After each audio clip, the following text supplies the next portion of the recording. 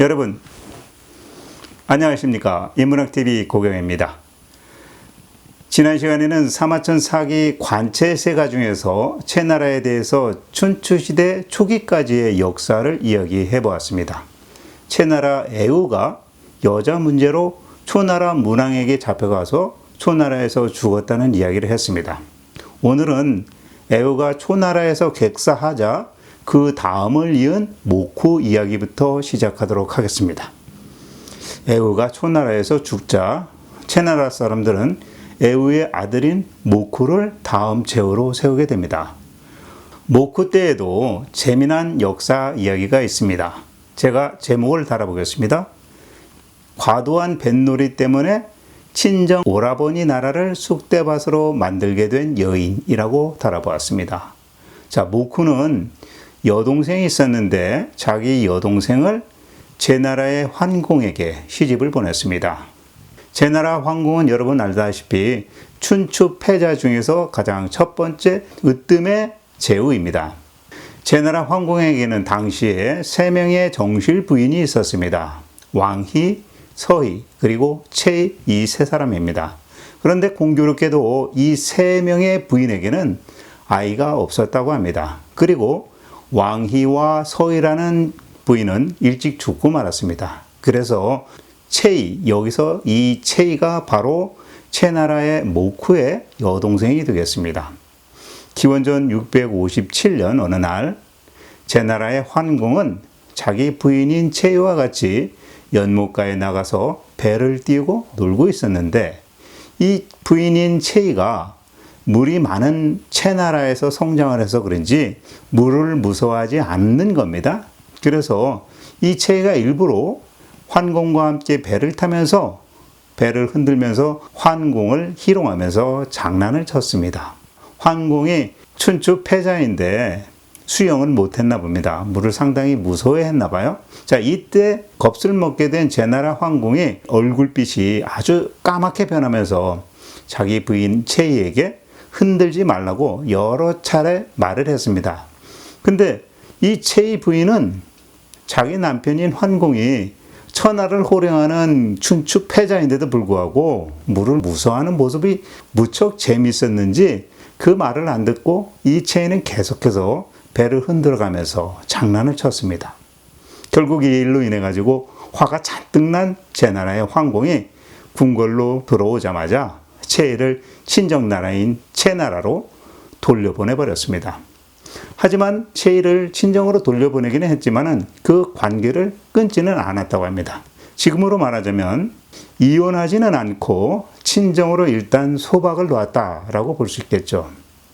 자, 이때 소박을 맞고 친정으로 돌아온 여동생을 맞게 된 채나라의 모쿠는 제부인 제나라의 환공에게 단단히 화가 났습니다. 그렇다고 내 여동생을 이렇게 소박을 놓을 수가 있는가라고 생각한 거죠.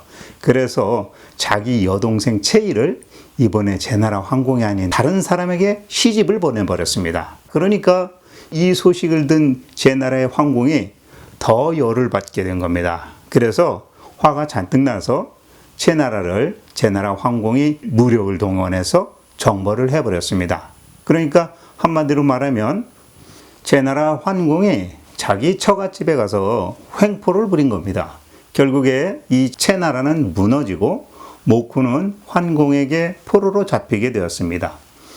하지만 이 패자 소리 듣던 제나라 환공이 어떤 순간적인 화난 감정 때문에 명분 없는 전쟁을 일으킨 거에 대해서 자기 스스로 내심 떨떠름했는지 이참에 핑계를 삼아서 아예 채나라 바로 밑에 초나라가 있는데 그 초나라의 소릉까지 쳐들어가서 마치 초나라를 치러 갔다가 엉겹결에 채나라를 치게 된 것처럼 보이려고 했던 것입니다. 그래서 제환궁이 소릉에서 초나라를 쳤다라는 기록이 남아 있습니다.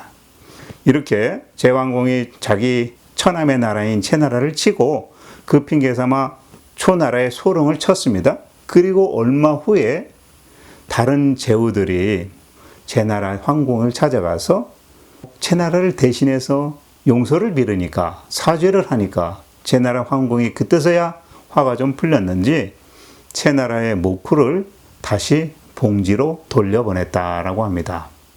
자, 순간의 화를 참지 못해서 벌어진 전쟁, 바로 초나라와 제나라의 싸움이었던 소릉의 전투였다고 할 수 있겠습니다.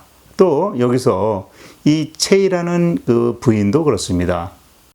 상대방 제나라 황공의 마음을 헤아리지도 못하고 자기의 즐거움만을 찾다가 자기 남편에게 소박을 맞게 되고 결국 오빠의 나라까지 어려움을 당하게 한 그런 사례가 되겠습니다. 자, 우리는 이와 같이 별것 아닌 것 같지만 조그만 사소한 장난이라든지 사소한 행동 때문에 큰 고초를 당하게 되는 경험을 많이 하게 되는 겁니다. 채나라 역사 속에서도 이러한 장면이 있었던 겁니다. 자, 모쿠 다음으로 채나라에는 장우가 오르고, 장우가 오른 지 3년, 기원전 643년에는 제나라의 황공도 이때 죽습니다. 자, 채나라의 장우 14년, 기원전 632년에 나아갈 진자르스는 당진의 나라 문공이 득위를 증위를 했습니다. 문공, 진문공이라고 그러죠. 이 문공이 옛 위나라 땅인 성복에서 초나라를 물리칩니다. 자, 이때는 진나라 문공이 두 번째 제환공의 다음으로 춘추 패자로서 활동하던 시기입니다. 장후 20년에는 초나라에서 태자였던 상신이 자기 아버지 성왕을 시해하고 자리를 대신해서 초나라의 모광이 됩니다. 채나라 장후 25년입니다. 기원전 621년인데요. 서쪽의 섬진 진나라에서 역시 우리가 패자라고도 부르지만 목공도 죽습니다. 제가 진목공의 이야기는 진본기에서 말씀을 드렸었습니다. 참조하시면 되겠습니다. 자, 이처럼 채나라의 장후가 제후 자리에 있을 때에는 춘추 패자들 여러 사람이 등장했다가 사라지는 시점이었습니다. 장후 33년, 기원전 613년입니다. 자, 아직은 초나라의 장왕이 남아있습니다. 자, 이때 초나라 춘추 패자인 장왕이 즉위를 했던 겁니다. 그리고 이 채나라에서는 장후가 죽고 난 다음에 그 다음을 이어서 문후가 제위에 오릅니다. 자, 채나라 문후 14년째 초나라의 춘추 패자가 된 장왕이 베풀 진자를 쓰는 초나라 바로 위에 진나라 있죠. 이 진나라에서 벌어진 내란이 있었습니다. 그때 그 진나라를 공격해서 그 내란을 토벌하고 주동자였던 진나라의 하징서라는 사람을 잡아서 죽입니다. 자, 이 얘기는 나중에 진기세가에 나오게 되는데 간략 말씀드리면 이 하징서라는 사람의 어머니를 진나라의 제후가 농락을 했습니다. 그래서 나중에 그 이야기를 알고 하징서가 그 진나라 제후를 죽이고 자기가 제후에 올라갔던 그런 상황입니다. 그래서 이 초나라가 진나라의 내란까지도 참견을 해서 그 내란 주동자를 죽였다 이런 얘기입니다. 그래서 이 시점에는 초나라가 막강한 세력을 키워가기 시작했다라고 보시면 되겠습니다. 자, 채나라 문후 15년, 이번에는 이 초나라 위에 그리고 채나라 서쪽으로 보면 정나라가 있습니다. 이 정나라를 포위하고 정나라를 공격합니다. 그때 정나라는 초나라에 일단 항복을 합니다. 그러자 그때서 초나라는 다시 포위를 풀고 회군을 해갑니다. 춘추시대 패자로서 장왕이 계속 활동을 했지만 채나라의 경우가 제후가 되었을 때 기원전 591년에 초나라의 장왕도 죽게 됩니다. 이 초나라 장왕에 대한 이야기는 초세가편에서 더 자세히 다뤄드리도록 하겠습니다. 채나라의 경우 49년 차에 이 경우가 자기 아들 태자 반을 위해서 초나라에서 여인을 얻어가지고 부인을 얻어주었습니다. 하지만 이 경우라는 사람이 자기 며느리로 데려온 사람이 너무나 이뻤는지 몰라도 태자에게 주지 않고 며느리를 간통을 한 겁니다. 그래서 이 태자가 결국 아버지 경우를 시해버리고 바로 제후의 자리에 올라갑니다. 이 사람이 채나라의 영후가 됩니다. 자, 채나라의 영후 2년에 초나라에서는 초나라 공자 위가 자기 조카인 초왕 겨보를 죽이고 스스로 왕위에 올라서 초나라의 영왕이 됩니다. 최나라 영후 9년 기원전 534년입니다. 베풀진짜르스는 진나라에서는 사도 중에 초라는 사람이 있었는데 이 초라는 사람이 자기 군주였던 애공을 시해를 합니다. 진나라의 신하가 군주를 죽인 겁니다. 그러니까 바로 초나라의 공자 중에서 기질이라는 사람을 보내서 베풀진짜르스는 진나라를 멸망시켜버리고 그 땅을 차지해버립니다. 자, 최나라 영후 12년 차 초나라의 영왕은 최나라의 영후가 그 아버지를 시해했다라는 그 죄를 물어서 영후를 신땅으로 유인한 다음에 병사들을 숨겨놓은 상태에서 영후에게 술을 마시게 한 다음에 취하게 해서 죽여버리고 또 그와 함께 왔던 병사들 70명도 함께 죽여버립니다. 그리고 이 초나라 공자 기질에게 최나라 땅을 포위하도록 명령을 합니다. 그리고 나서 같은 해 11월에 최나라는 결국 초나라에 의해서 멸망되게 됩니다. 그리고 나서 또 그 채 땅에는 초나라 공자 기질을 봉해서 채공이다라고 명명해서 공으로 삼습니다. 하지만 초나라가 채나라를 멸망시킨 지 만 3년 뒤에 채공에 올랐던 초나라 공자가 기질이죠. 이 기질이 이번에는 초나라의 영왕을 시해버립니다. 그리고 나서 자기 스스로 왕위에 올라서 초나라의 평왕이 됩니다. 자, 공자 기질은 초나라의 평왕이 되었습니다. 자, 이 평왕이 제가 사기 열전에서 말씀드렸던 오자서 열전에서 나오는 굴묘편시, 나중에 죽어서 땅속에 묻혔는데 다시 파헤쳐져서 채찍을 당한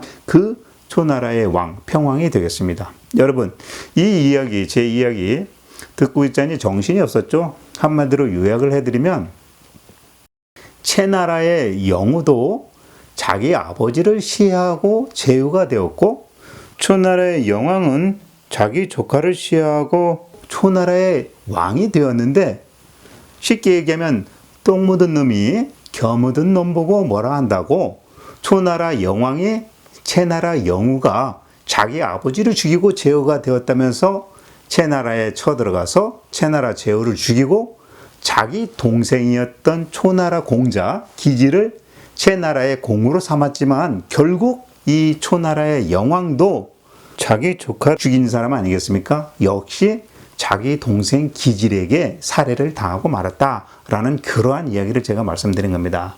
이와 같이 죽고 죽이는 혈육 간의 권력 투쟁 싸움이 아주 끔찍하게 벌어졌던 시절이었다라고 말씀드리겠습니다.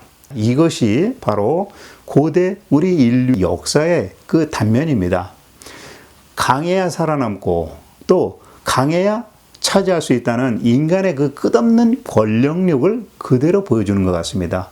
자식이 아버지를 죽이고 또 자기 조카를 죽여놓고 남보고는 너 아버지 죽이는 놈이 너 땅을 우리가 차지하겠다라고 벌을 준다는 거죠. 자, 이처럼 이 시점에는 소나라 북쪽 변경에 가까이 붙어 있는 채나라 땅, 진나라 땅 이런 땅들을 초나라가 다 장악을 했다라고 얘기할 수 있겠습니다.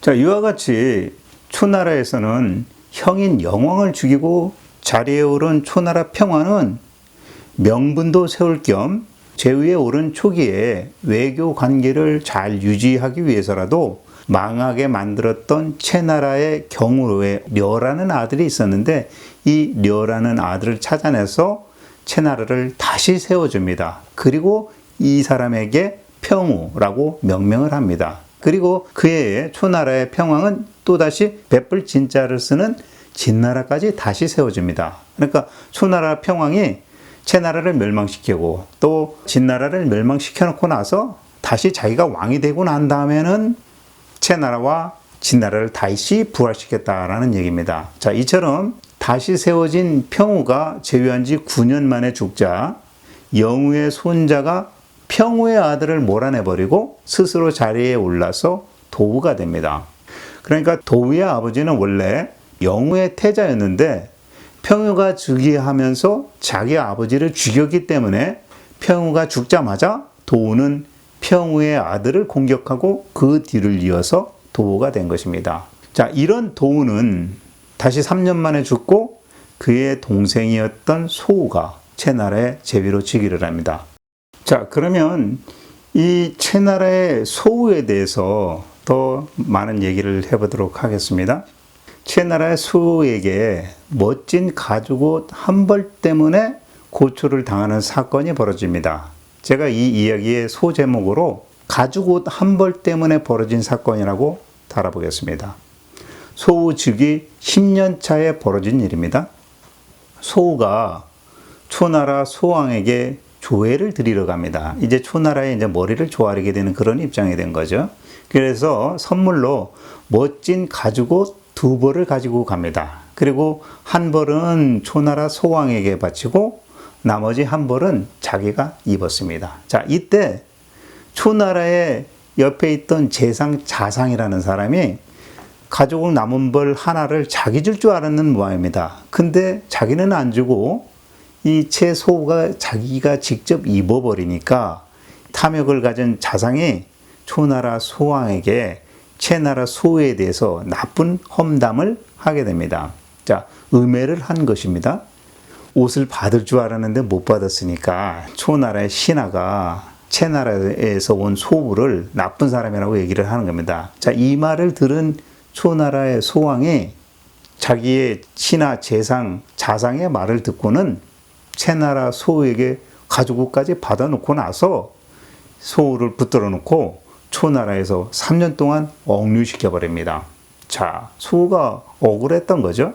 근데 이러한 사건, 자상이라는 사람이 고자질을 했다라는 그 내용을 채나라의 소우가 나중서 알게 됩니다. 그래서 그 사실을 알고 가죽옷 하나 때문에 나를 험담을 했구나라는 사실을 알고 나중에 이 소우가 자기가 입었던 가죽옷을 벗어서 초나라 재상인 자상에게 다시 바칩니다. 그러니까 그때서 이 자상이 그 옷을 받고 나서야 채나라로 돌려보내도 좋겠습니다. 소우가 그래도 괜찮은 사람입니다 하고 또 말을 바꿔서 초나라의 왕에게 이야기를 했다는 것이죠. 자, 이런 식으로 채나라의 소우는 초나라에서 억류되었다가 간신히 살아나서 돌아오게 됩니다. 자, 그러고 나니까 이 소우는 열이 받은 겁니다. 초나라에서 당한 고초 때문에. 그래서 당시에 그래도 북쪽의 가장 강대국 중에 하나였던 당진, 진나라, 나아갈 진자의 진나라 있지 않습니까? 이 나라를 찾아가서 우리 함께 저 초나라를 정벌합시다 라는 제안을 합니다. 하지만 아마 이 일이 성사되지는 않은 것 같습니다. 이 채나라 소우는 약간 성격상 명예욕이 상당히 강하면서도 또 타인에게서 받게 되는 어떤 불욕 같은 것은 절대 참지 못하는 그러한 성격의 소유자였던 것 같습니다. 그래서 소우가 13년째 되던 해 봄날입니다. 위나라에서는 영공이 왔고 채나라에서는 이 소우가 왔는데 소릉이라는 지역에서 제후들 간의 회맹을 갖게 되는데 소우는 자기 나름대로 좀 있어 보이려고 힘 있어 보이려고 했는지 당시에 그 회맹을 주관하고 있던 주나라 관리에게 이렇게 이야기합니다. 내가 저 위나라에서 온 저 사람보다 저 제후보다는 내가 상석에 자리할 수 있도록 해 주십시오 라고 부탁을 합니다. 하지만 이때 또 위나라의 제후는 주나라를 처음 세울 때 자기들의 선조였던 위광숙이 있지 않습니까? 이 위광숙의 공이 주나라를 세울 때 상당히 컸으니까 채나라보다는 우리 위나라가 상석에 앉아야 됩니다 라고 주장을 해서 결국 위나라의 제후가 상석에 앉게 되고 채나라의 제후였던 소우는 그보다는 밑에 하석에 앉게 되었다는 얘기죠. 자, 그래서 이 소우가 또 자존심이 상하게 되었습니다. 이처럼 소우는 무리해서라도 자기의 위세를 한번 보여주고 싶어 했던 그런 사람이었던 것 같습니다. 결국 소우는 그의 여름에 이쪽에 진나라를 위해서, 당진의 나라를 위해서 약소국이었던 심나라라는 나라가 있는데 이 조만한 나라를 멸망시켜 버립니다. 자, 이때 그 밑에 있던 초나라는 채나라가 심나라를 멸망시켰다 해가지고 그 책임을 채나라에 물어서 채나라를 초나라가 공격을 합니다. 그러니까 이 채나라의 소우는 자기 아들을 일단 오나라로 급히 볼모로 보내면서 오나라와 채나라가 협심을 해서 저 초나라를 같이 치자고 또 제안을 합니다. 결국 이 제안은 받아들여진 겁니다. 그래서 그해 겨울에 채나라는 오나라의 왕 함녀 있지 않습니까? 오자서 열전에 나왔던 오나라 왕이죠. 이 오나라의 왕 함녀와 함께 초나라를 공격을 해서 초나라의 도읍이었던 영까지 쳐들어가서 그 수도를 빼앗게 됩니다. 자, 이때 이 채나라가 초나라의 이번이야말로 복수할 수 있었던 그런 기회였던 거죠. 또 예전에 가죽옷 때문에 고상하게 만든 초나라의 자상한테 원한을 품고 있지 않겠습니까? 그래서 그 자상을 잡으려고 또 생각도 했던 것 같습니다. 근데 눈치 빠른 이 초나라의 자상이 오나라가 공격해 들어올 때 채나라의 소우도 같이 왔다는 이야기를 듣고 두려워서 정나라로 도망가 버렸다고 합니다. 자, 이와 같이 소우가 초나라를 치고 그 다음에 14년 차에 오나라의 왕 함녀가 초나라 영당을 또 떠나서 다시 회군을 하죠. 그때 초나라의 이제 왕은 소왕이었는데 초나라의 수도인 영으로 다시 돌아와서 모든 상황을 다시 정상으로 회복시킵니다. 자, 그리고 좀 더 한 2년 더 흘러서 소우 16년입니다. 이번에는 초나라의 영윤 자서가 약속이었던 채나라의 자기들 도읍까지 빼앗기는 그러한 치욕을 씻기 위해서라도 반드시 저 채나라를 정벌해야 되겠다라는 주장을 합니다. 그런 주장을 막 비추니까 그 소식을 들은 채나라의 소우가 이제 다시 두려워졌습니다. 초나라가 또 보복하러 올 것 같으니까. 소우 26년, 기원전 493년은 유교의 공자 아시죠? 이 공자가 노나라를 떠나서 여러 제국을 떠돌다가 채나라에 들어왔을 그 시점입니다. 초나라의 소왕이 열이 받아서 채나라를 토벌하려고 하니까 채나라의 소우가 이제 두려워져 가지고 오나라를 또 급히 찾아가서 도움을 청합니다. 하지만 이때 오나라는 채나라가 자기들이 도와주기에는 너무 멀리 떨어져 있으니 구해주기 어렵겠다면서 우리 오나라가 채나라를 도와주기 위해서는 너희들 나라 도읍을 좀 이 오나라 가까운 곳으로 옮겨라 이렇게 제안을 합니다. 그래서 그 말을 들은 채나라 소우는 자기 밑에 신하들 대부들과 상의를 하고 뭐 그런 실행에 옮겨야 하는데 상의도 하지 않고 바로 이 수도를 옮겨버립니다. 지금의 안위성 수연이라는 지역인데 주례라는 곳입니다. 이 주례로 도읍을 바로 옮겨버리게 된 것입니다. 그리고 나서 2년이 지나자 소우가 이 오나라에 조회를 드리러 또 이제 가려고 준비를 하고 있습니다. 그러니까 그 밑에 신하들, 소우의 채나라 신하들이죠. 이 대부들이 혹시라도 저 소우가 오나라에 가서 또 도읍을 옮길까 두려워가지고 안 되겠다. 소우를 제거해야 되겠다라는 협잡을 합니다. 그래서 그참에 도적 중에서 리라는 사람에게 사주를 해서 소우를 죽이게 합니다. 결국 이 리가 소우를 살해합니다. 그런데 이게 들통나면 또 안 되니까 소우를 살해한 리마저도 이 대신들이 그 사건을 무마시키고자 다 죽여버립니다. 그리고 나서 이 채나라의 대신들은 소우의 아들이었던 성우를 다시 채나라의 제후로 세우게 됩니다. 그래서 이 소우의 목숨은 초나라와 불신관계 또 초나라에 대해서 보복을 했다가 또 오나라 진나라 위에 당진에 찾아가서 초나라에 보복하려고 했다가 뭐 별 볼 일 없게 되었고 또 그러자 나중에 초나라의 공격을 또 받게 되니까 이 오나라와 또 합심해서 초나라를 또 영까지 차지해보고 또 후퇴를 해서 나중에 초나라가 또 보복을 하니까 이제는 도읍까지 오나라 근처까지 옮겨가는 외교적인 부분에 있어서는 아주 엉망이었던 그런 제후였다고 볼 수 있겠습니다.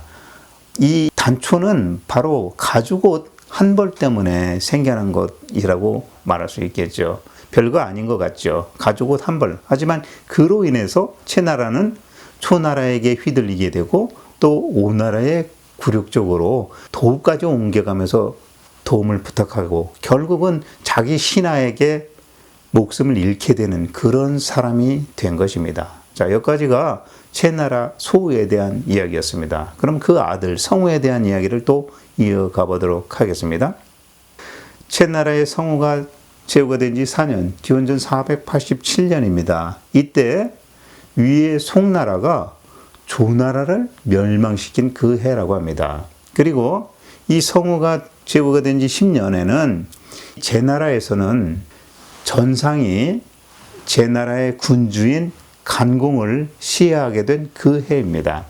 그리고 성우가 제후가 된 지 13년, 초나라는 결국 이 옆에, 채나라 옆에 있던 베풀진의 진나라를 멸망을 시켜버립니다. 자, 성우가 죽고 그 다음으로서 한자는 틀립니다만 또 성우가 제위에 오르고 그 다음으로 다시 원우가 제위에 오르고 이 원우가 죽고 나서 바로 마지막으로 채나라의 제가 제위에 오릅니다. 바로 이 사람이 희제입니다. 그러니까 희씨는 성이고 제는 이름인 거죠. 채나라의 마지막 제후 희제는 기원전 447년에 결국 초나라 해왕이 채나라를 멸망시키자 희제는 도망가 버립니다. 그리고 채나라는 결국 망하게 되는 그런 시점이 되겠습니다. 자, 채나라는 이와 같이 이웃 베풀진자의 진나라보다는 33년 더 끌어가다가 망하게 되었다라고 말을 하고 있습니다. 자, 여기까지가 무왕의 형제인 채숙탁이 처음 채나라에 봉해전 이후에 망할 때까지의 채나라 역사 이야기와 채나라에 관련되었던 제후들 이야기였습니다. 자, 여기서 주나라 무왕의 형제들, 친형제들이죠. 이 후손들에 대해서 다시 한번 정리를 해보겠습니다. 제가 이거는 관체세가 일부에 올려드렸지만 여기서 한번 더 정리를 하고 가도록 하겠습니다. 무왕의 바로 위에 맏형이었던 배급고의 후손들은 어디에 봉해지었는지 기록이 없어서 알 수가 없고, 또 무왕발 이 사람 스스로는 주나라 천자가 되었기 때문에 사마천 사기 주본기에 기록되어 있고, 또 관숙선, 셋째인 관숙선은 난을 일으키고 그의 책임을 묻고 죽음을 맞았기 때문에 그에 대한 후속도 기록도 없다고 사마천은 말하고 있습니다. 그리고 넷째인 주공단의 후손들은 노나라의 제후가 되었죠. 그래서 노주공 세가에 잘 기록되어 있습니다.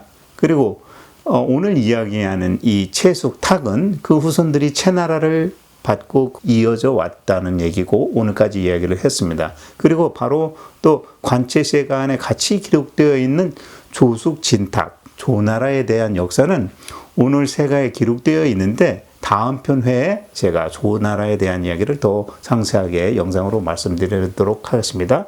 그리고 또 형제들 중에 성숙무의 후손들은 세상에 그 기록이 알려진 것이 없어서 사마천도 기록을 하지 못하고 있습니다. 세가에는 성숙무에 대한 그 기록이 없습니다. 그리고 그 다음으로 이제 곽숙처의 그 후손들은 진나라 헌공 때 진나라에 의해서 멸망을 당했다라고 기록을 하고 있습니다. 그리고 강숙 희봉의 후손들은 위나라의 제후들이기 때문에 위나라 강숙 세가에서 다뤄지고 앞으로 이야기가 될 것입니다. 그리고 막내였던 염계 제의 후손들은 세상에 알려진 바가 없어서 사마천도 기록을 못했다라고 말하고 있습니다. 그래서 문왕, 주문왕의 아들들, 그러면서 동시에 주무왕의 친형제들 10명에 대한 기록들에 대해서 사마천이 쭉 어디에 기록되어 있다라고 얘기를 하고 있는 거죠. 자, 태사공 사마천은 관체세가 말미에 이렇게 말하라고 했습니다. 관숙과 채숙의 반란은 기록할 만한 가치가 없는 일이다. 반란을 일으켰으니까 말이죠. 그렇지만 주나라의 무왕이 죽었을 때 그의 아들인 성왕이 나이가 어렸음으로 인해 가지고 천하의 사람들은 대부분 섭정을 했던 주공을 의심을 했었다. 근데 이에 성숙과 염계 등 10명의 동무 형제들은 이 성왕에게 전력을 다해서 보좌를 함으로 인해서 희시성을 갖지 않은 다른 또 여러 부족 제후들이 있지 않겠습니까? 이런 제후들이 주나라 왕실을 받들기 시작했다라고 쓰고 있습니다. 그래서 그들 무왕의 형제들의 사적을 사마천은 세가편에 기록한다라고 쓰고 있습니다. 그래서 이 사마천 사기 세가에 보면 여러 또 제국들이 나옵니다만 그 중에 그 후손들로 쭉 이어진 이와 같은 세가편에 다 기록을 하고 있다라고 사마천이 스스로 평가를 하고 있습니다. 다음 영상은 관체세가 제4편으로서 무왕의 형제 중에서 조숙, 진탁, 조나라에 대한 이야기를 이어서 진행하도록 하겠습니다. 지금까지 인문학TV 고경이었습니다. 다음에 또 뵙겠습니다. 감사합니다.